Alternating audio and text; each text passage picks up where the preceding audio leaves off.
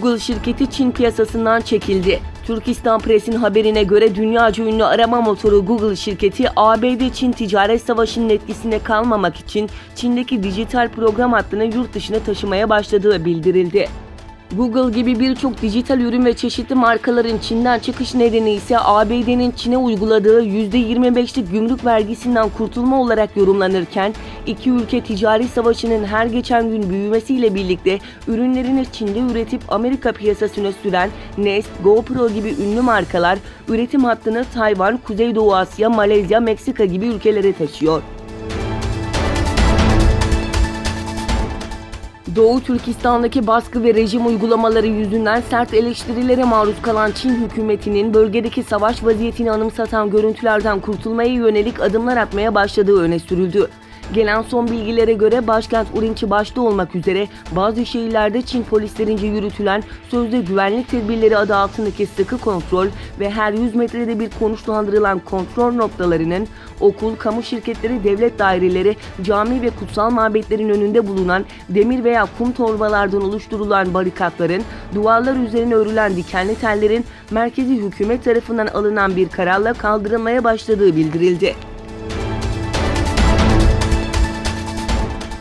Çin Nazi kamplarında bir süre tutulduktan sonra Kırgızistan'ın girişimiyle serbest bırakılan Doğu Türkistan asıllı Kırgız Türk'ü Çin Nazi kamplarında kaldığı süreçte maruz kaldığı vahşeti ve tanık olduklarını sosyal medyada paylaştı. Nazi kampı mağduru genç kız, Çin'in kampta hapiste tuttuğu Müslüman Türklerin organlarını zorla çalarak yabancılara fahiş fiyatla sattıklarını ve bu suretle ÇKP hazinesine gelir elde ettiklerini ifade etti. ABD Savunma Bakanlığı, Rusya'yı S-400 anlaşmasıyla Türkiye ve ABD arasındaki derin ilişkiyi bozmaya çalışmakla suçladı. Pentagon Uluslararası Politikalardan sorumlu sözcüsü Eric Pahan, Türkiye'nin Rusya'dan S-400 hava savunma sistemi alımına ilişkin Moskova'nın S-400 anlaşması üzerinden yaşanan bölünmeden istifade ederek Washington ile Ankara arasındaki derin ilişkiyi bozmaya çalıştığını savundu.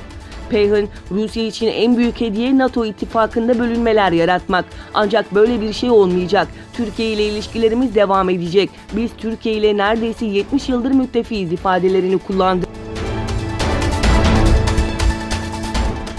Hong Kong'da yoğun protestolara sebep olan zanlıların Çin'e iadesiyle ilgili düzenleme askıya alındı. Hong Kong Özel İdari Bölgesi Baş Yöneticisi Carrie Lam yaptığı basın toplantısında tasarının toplumda çok büyük fikir ayrılıklarına yol açtığını söyledi. Yasal düzenlemeye karşı gerçekleştirilen geniş katılımlı protestolarda 11 gösterici gözaltına alınmıştı. Bazı noktalarda göstericiler ile güvenlik güçleri arasında yaşanan arbede sonucunda 79 kişi yaralanmıştı. Yasal düzenlemenin ise askıya alındığı kaydedildi.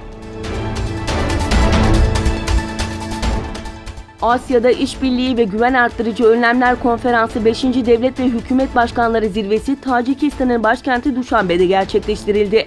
Daha güvenli ve daha müreffeh bölgenin ortak vizyonu temalı Duşanbe zirvesinde Asya kıtasındaki siyasi, ekonomik, çevre ve insani alanlarda işbirliğiyle yeni zorluklar ve tehditlere karşı mücadele ve güven arttırıcı tedbirler ele alındı.